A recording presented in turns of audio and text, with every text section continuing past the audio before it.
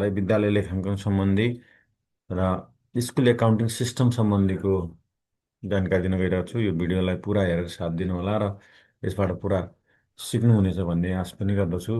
र सर्वप्रथम हामीले कुनै पनि ब्राउजरमा गइसकेपछि पहिला सुरुमा चाहिँ हामीले स्कुल एकाउन्टिङ सिस्टमको वेबसाइट हाल्नुपर्ने हुन्छ। जसको लागि SASSNEPL नेपाल.org टाइप गर्नु होला। टाइप गरिसकेपछि यसलाई इन्टर गर्नुहोस् अथवा सर्च गर्नुहोस्। सर्च गरिसकेपछि यस्तो प्रकारको एउटा इन्टरफेस खुल्छ।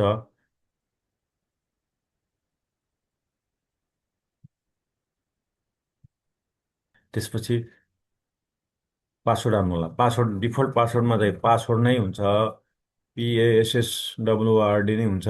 नत्र तपाईँ चेन्ज गर्नुभएको छ भने आफ्नो चेन्ज गरेर राख्नुभएको पासवर्ड चाहिँ लगइन गर्नु होला। लगइन गरिसक्नुभयो भने अब यस्तो प्रकारको एउटा इन्टरफेस खुल्छ। यसमा तपाईँले चाहिँ यो धराउटीमा केही गर्नु परेन। यो लेखाङ्कनमा विद्यालय लेखा प्रणाली सम्बन्धीकोमा चाहिँ क्लिक गर्नु होला। लेखाङ्कनमा क्लिक गरिसकेपछि यस्तो प्रकारको एउटा इन्टरफेस खुल्छ। त्यो इन्टरफेस खुलिसकेपछि सर्वप्रथम हामीले यो सास एडभान्स टाइपको हो, अनलाइनबाट काम गर्नुपर्ने। यसबाट सजिलै तरिकाले तपाईँले चाहिँ लेखा प्रणाली राख्नुभयो भने पछि अडिट गर्दाखेरि पनि, सामाजिक लेखा परीक्षण गर्दाखेरि पनि, सबै गर्दाखेरि राम्रो हुन्छ। त्यसको लागि सर्वप्रथम एकचोटि तपाईँले मिहिनेत गर्नुभयो भने पटक पटक प्रत्येक वर्ष चाहिँ मिहिनेत गरिरहनु पर्दैन, नयाँ अपडेट गरेर भइहाल्छ। त्यसको लागि सर्वप्रथम हामीले सेटअप, आज म तपाईँलाई सेटअपको बारेमा चाहिँ जानकारी दिनेछु। भोलि भने अर्को दिन तपाईँलाई अर्को भिडियोमा चाहिँ बजेट सम्बन्धी, अर्को विषय लेखाङ्कन सम्बन्धी, अर्को प्रतिवेदन सम्बन्धीको चाहिँ जानकारी दिन गइरहेको छ। आज सर्वप्रथम हामीले बजेटको मानि सुरुको चाहिँ अप्सन चाहिँ बजेट उपशीर्षकमा गएर क्लिक गर्नु होला। सुरुमा त आफ्नो विद्यालयको यो बजेट उपशीर्षकहरूमा चाहिँ कोष, विद्यालयको खाता सञ्चालन कोष भन्ने आउँछ। त्यसपछि विद्यालयको अटोमेटिक कोड नम्बर आयो, सङ्केत नम्बर आइहाल्छ। अब विद्यालयको नाम केही बिग्रेको छ भने यहाँबाट चाहिँ विद्यालय आफ्नो नाम, विद्यालयको नाम लेख्नु होला। त्यसपछि अङ्ग्रेजीमा नाम लेख्नु होला। अङ्ग्रेजीमा नाम लेख्नु होला। यसै गरेर लेखिसकेपछि यो स्वीकृत हो होइन, तपाईँको विद्यालय अनुमति प्राप्त हो नि, त्यो भयो भने हो राख्नु होला, निष्क्रियमा होइन राख्नु होला। यो पाँचवटा चाहिँ रातो पछाडि स्टार दिएको ठाउँमा अनिवार्य भर्नु होला। गरिसक्नुभयो भने यसलाई सेभ गर्नु होला। सेभ गर्नुभयो भने यो चाहिँ तपाईँको सेभ भयो। अब अर्कोचोटि तपाईँलाई यो चाहिँ सेटअप गर्नुपर्ने, बजेट उपशीर्षकको बारेमा सेटअप गर्ने, यता साइडतिर हेर्नुहोस्, यता विद्यालयको विवरणहरू देखाउँछ। त्यसै गरी अब चाहिँ दोस्रो अप्सनमा चाहिँ बैङ्क सम्बन्धी जानु होला। अब विद्यालयको तपाईँको बैङ्किङ, तपाईँको विद्यालयको कतिवटा कुन कुन बैङ्कमा खाताहरू रहेका छन्, ती खाताहरूलाई चाहिँ यहाँ सेटअप गर्नुपर्ने हुन्छ। त्यो सेटअप गर्नको लागि चाहिँ सर्वप्रथम हामीले चाहिँ बैङ्क खाताको प्रकार यहाँ स्टार दिएको छ, हेर्नुहोस् बैङ्क। त्यसपछि शाखा, शाखा हामीले लेखे पनि हुन्छ, नलेखे पनि फरक पर्दैन। अब यो खाता नम्बर, अब खाता को नामको नेपालीमा, अङ्ग्रेजीमा, फोन नम्बर, अब चाहिँ फोन नम्बर राख्नु परेन, इमेल। अब स्वीकृत हो होइन, तपाईँको विद्यालयको खाता सक्रिय सञ्चालन छ कि छैन, छ भने हो राख्ने, छैन भने चाहिँ निष्क्रिय तल्लो होइन राख्ने र निष्क्रिय होइन राखिदिने। त्यसै गरेर यहाँ चाहिँ हामीले यसरी सेटअप गरेको म तपाईँलाई एउटा चाहिँ यसरी चाहिँ विद्यालयको खाताहरूमा चाहिँ यसरी राख्नु होला। अनि यो चाहिँ बैङ्कको नामहरू, यहाँ थुप्रै बैङ्कहरू दिएको छ। अब तपाईँले यहाँभित्र भएका बैङ्कहरूको नामहरू चाहिँ राख्न सक्नुहुनेछ। अब योभन्दा बाहेक सहकारीहरूको, यसमा नाम नभएका बैङ्कहरूको चाहिँ नाम थप्नुपर्ने छ भनेपछि म तपाईँलाई फेरि पछि अर्को अप्सनमा चाहिँ सिकाउने नै छु। र यहाँमा भएका बैङ्कहरू चुज गर्नु होला। चुज गरिसकेपछि यहाँ बैङ्कको खाता नम्बर लेख्नु होला। खाता नम्बर लेखिसकेपछि अङ्ग्रेजीमा चाहिँ यसमा चाहिँ अटोमेटिक चाहिँ अङ्ग्रेजीमा खातावालाको नाम भन्ने हुन्छ। यसमा चाहिँ आफ्नो विद्यालयको नाम लेख्नु होला र खाताको अङ्ग्रेजीमा पनि नाम लेखिदिनु होला र फोन नम्बर लेखेर चाहिँ इमेल छ भने इमेल लेखिदिनु होला। निष्क्रिय सक्रिय लेखेर यसरी सेभ गर्नु होला। सेभ गर्नुभयो भने यो चाहिँ रेकर्ड एज बिन अपडेट भन्छ। त्यसै गरेर अब चाहिँ यदि तपाईँलाई यहाँभित्रको बैङ्कहरूको नाम छैन भने तपाईँले चाहिँ अर्को सहकारीहरूको बैङ्क गर्नु पऱ्यो भने यहाँ साइडतिर हेर्नुहोस्, बैङ्क सेटअप भन्ने छ। यसमा क्लिक गरेर तपाईँले चाहिँ अब कुन वर्गको क ख ग विशिष्ट अथवा सहकारी कुन बैङ्कको चाहिँ नाम कुन प्रकारको बैङ्क हो त्यो नाम प्रकार चाहिँ वर्ग चाहिँ छुट्याउनुलाई जस्तै सहकारीको गर्नु पर्यो सहकारी गरेर लेख्नु होला। त्यसै गरी अब सङ्केत नम्बर भन्दाखेरि अब तपाईँले 1 2 3 4 केही राख्नु होला। अनि अब चाहिँ नाम चाहिँ बैङ्कको चाहिँ नाम लेखिदिनु होला, अनि चाहिँ नेपालीमा र अङ्ग्रेजीमा दुइटै लेखिदिनु होला, अथवा सहकारीको कुनै नाम लेखिदिनु होला। यसको कोडमा राख्नु परेन। अनि यसको ठेगाना राखिदिनुहोस्, फोन नम्बर राख्नु परेन, इमेल राख्नु परेन, वेबसाइटहरू केही राख्नु परेन। अब यो स्वीकृत हो भने तपाईँ खाता सञ्चालनमा छ भने स्वीकृतमा हो राखिदिनु होला, छैन भने यहाँ होइन राखिदिनु होला, निष्क्रियमा हो राखिदिनु होला। यदि तपाईँ सञ्चालनमा छैन भने होइन हो राख्नु सक्नुहुन्छ। यसै गरेर तपाईँले यो सहकारीको पनि अथवा चाहिँ यो त्यो हाम्रो लिस्टमा नभएका बैङ्कहरूलाई पनि यसरी चाहिँ हामीले इन्ट्री गर्न सकिन्छ। अब त्यसै गरी अर्को तेस्रो अप्सनमा रहेको छ बैङ्क खाता मिलाउने सम्बन्धमा। अब हामीले चाहिँ यहाँ चाहिँ कुन कुन बैङ्क खाताहरू चाहिँ इन्ट्री गरेका छौँ त्यो चाहिँ हेर्न सकिन्छ।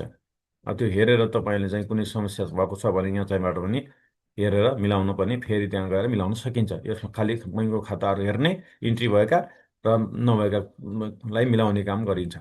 त्यसै गरी अब अर्को अप्सन रहेको छ चेक पर्मिट। अब तपाईँले बैङ्कबाट चेक ल्याउनु भएको छ भने पछि चेक काट्नुपर्ने हुन्छ।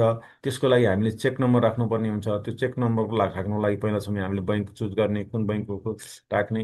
अब त्यो चेकमा हाम्रो यतिदेखि यतिसम्मको भन्ने कतिवटा चेक, 10वटा 20वटा 30वटा कतिवटा चेक चाहिँ छन्। त्यसको चेकको सुरुको अङ्कदेखि अन्तिम अङ्कसम्मको राख्ने। अनि चेक तपाईँले कसले प्राप्त गर्नुभयो त्यसको मिति पनि यहाँ चाहिँ राख्नुहोस्। यो साइडमा हेर्नुहोस् त, यहाँ चाहिँ यसरी चाहिँ डेट पनि देखाउँछ, अङ्ग्रेजी डेट देखाउँछ। यो डेट अनुसार तपाईँले चाहिँ राखिदिनु भयो र अथवा भने यता नेपालीबाट पनि देखाउँछ र इङ्ग्लिसबाट पनि देखाउँछ। त्यसको लागि तपाईँले राखेर अनि यहाँ सेभ गर्नुभयो भने तपाईँको सेभ हुन्छ। यसरी सेभ गर्नुभयो भने तपाईँको सेभ हुन्छ। अब अर्को अप्सन रहेको छ यहाँ चाहिँ शिक्षक कर्मचारी पदाधिकारीको विवरण अनि चिफ सेटअप भन्ने छ। अब शिक्षक कर्मचारीको विवरणहरू तपाईँले यहाँ इन्ट्री गर्नुपर्ने हुन्छ। अब शिक्षक कर्मचारीको विवरणमा तपाईँको विद्यालयमा कतिजना चाहिँ शिक्षकहरू रहेका छन्, अथवा चाहिँ विद्यालय कर्मचारीहरू छन्, अथवा बाल विकासका छन्, अथवा चाहिँ गार्डहरू अथवा के छन्, तिनीहरूको चाहिँ गर्नुपर्ने हुन्छ। जसरी जसरी यसरी चाहिँ सेटअप गर्दाखेरि हेर्नुहोस् तपाईँको यहाँ प्यान नम्बर अथवा चाहिँ यहाँ प्यान नम्बर हान्नुभयो भने सिधै आउँछ। म तपाईँलाई देखाउँछु प्यान नम्बर हानेर पनि।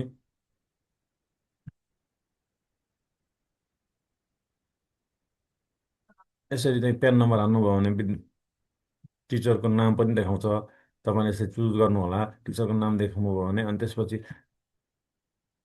अन्तिम नाम चाहिँ अङ्ग्रेजीमा चाहिँ यो लेखिदिनु होला, नेपालीमा चाहिँ प्रथम अङ्ग्रेजीमा र अन्तिम अङ्ग्रेजीमा भनेको अब प्रथम जस्तै यसमा चाहिँ आफ्नो नाम लेख्नु होला। अथवा त्यसरी चाहिँ नगरे पनि हामीले चाहिँ यसरी चाहिँ लेख्न सकिन्छ। यसरी चाहिँ शिक्षक कर्मचारीको विवरणमा चाहिँ तपाईँले चाहिँ राख्न सक्नुहुनेछ। जस्तै यसरी राखेर त आफ्नो नाम पुरुष अब चाहिँ र पारिवारिक भनेको अब म्यारिड हो अनम्यारिड हो। जस्तै हामीले कर पछि चाहिँ सासु कर काट्दाखेरि 6 लाख बराबरको चाहिँ र अनम्यारिडको चाहिँ 5.5 लाख, म्यारिडहरूको चाहिँ यसरी चाहिँ कर काट्नुपर्ने। त्यसको लागि अब जन्ममिति राखिदिनुहोस्, अब तपाईँको जिल्ला राखिदिनु होला। त्यसपछि चाहिँ सम्पर्क विवरण अनि अब तपाईँको कार्यालयको विवरणहरूमा राखिदिनुहोस्। यहाँ कार्यालयमा प्रशासनिक निकायहरूमा चाहिँ अब नगरपालिका राखिदिनुहोस्, अब आफ्नो कार्यालय विद्यालयको राखिदिनुहोस्, अब सेवा शिक्षक सेवा राखिदिनुहोस्, पद चाहिँ तह राखिदिनुहोस्, तह श्रेणी सबै चिज राख्नुभयो भने अनि तल जानु होला। यसरी चाहिँ तलाब कुन प्रकारले खान्छ उसले तलाबको बारेमा देखाइदिनु होला। अनि पेस्कीमा देखाउने हो होइन त्यो राखिदिनु होला। तलबी प्रतिवेदन देखाउने हो भने हो राख्नु होला, होइन भने चाहिँ होइन राखिदिनु होला।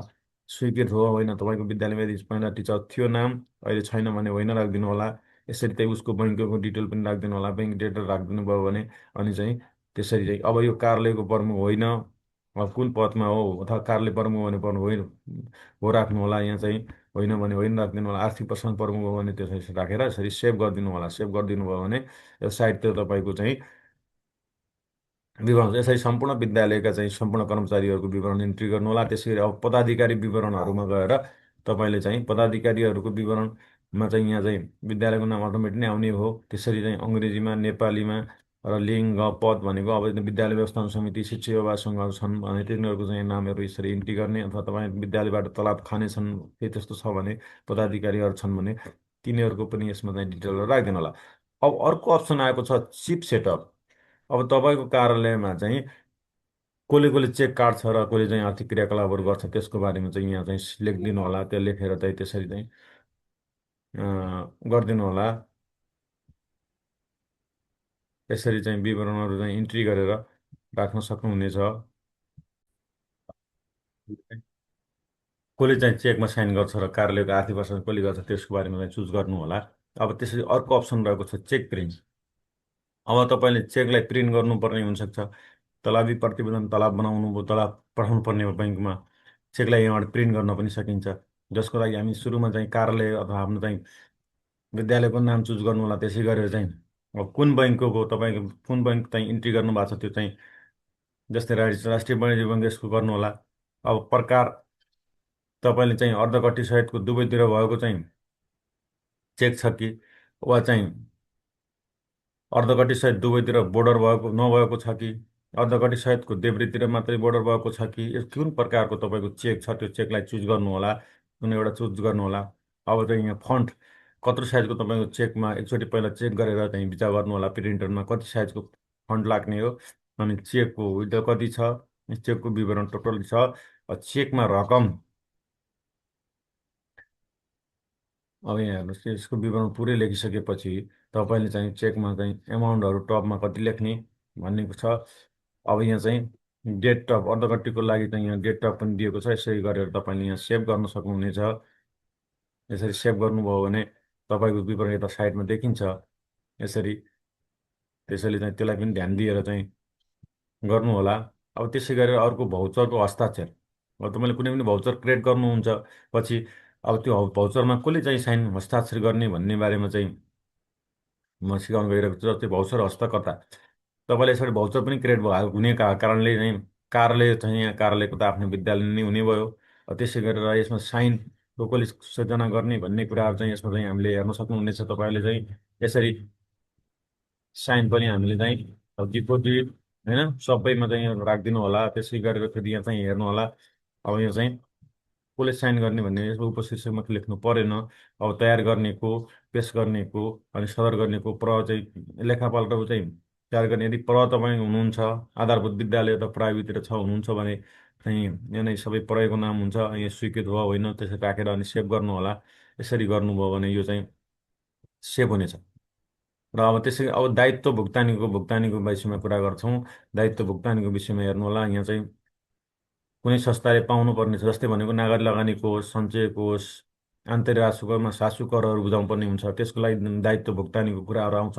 जस्तै हामीले तलब खुवायौँ टिचरबाट तलब काटेर चाहिँ सञ्चय कोष बिमाको पैसा काटेर राखिन्छ त्यसलाई चाहिँ यहाँ इन्ट्री गर्नुपर्ने हुन्छ। त्यसको लागि चाहिँ हामीले यहाँ चाहिँ कुन प्रकारको हो यो चाहिँ अब हामीले चाहिँ पछि तलबी प्रतिवेदन नभए कुन प्रकारले हामीले काट्ने हो उसको चाहिँ शिक्षकहरूको विवरणको बारेमा कर्मचारी सञ्चय कोषमा कट्टी गर्ने कि नागरिक लगानी कोष कट्टी गर्ने कि शाब्दिक जीवन बिमा गर्ने कि कर्मचारी सञ्चय कोषको सापट्टि गर्ने कि कर्मचारी योगदानको गर्ने हो कि धरौटी गर्ने हो कि निर्माण व्यवसाय कोषहरूदेखि लिएर थुप्रै चाहिँ यो दायित्व हामीले दिनुपर्ने भएको कारणले त्यो चाहिँ अब यसको प्रापकको चाहिँ कसले प्राप्त गर्ने गर्ने र अनि प्राप्तकर्ताको पनि हामीले यहाँ राखेर यसरी चाहिँ इन्ट्री गर्न सक्नुहुनेछ हजुरहरूले।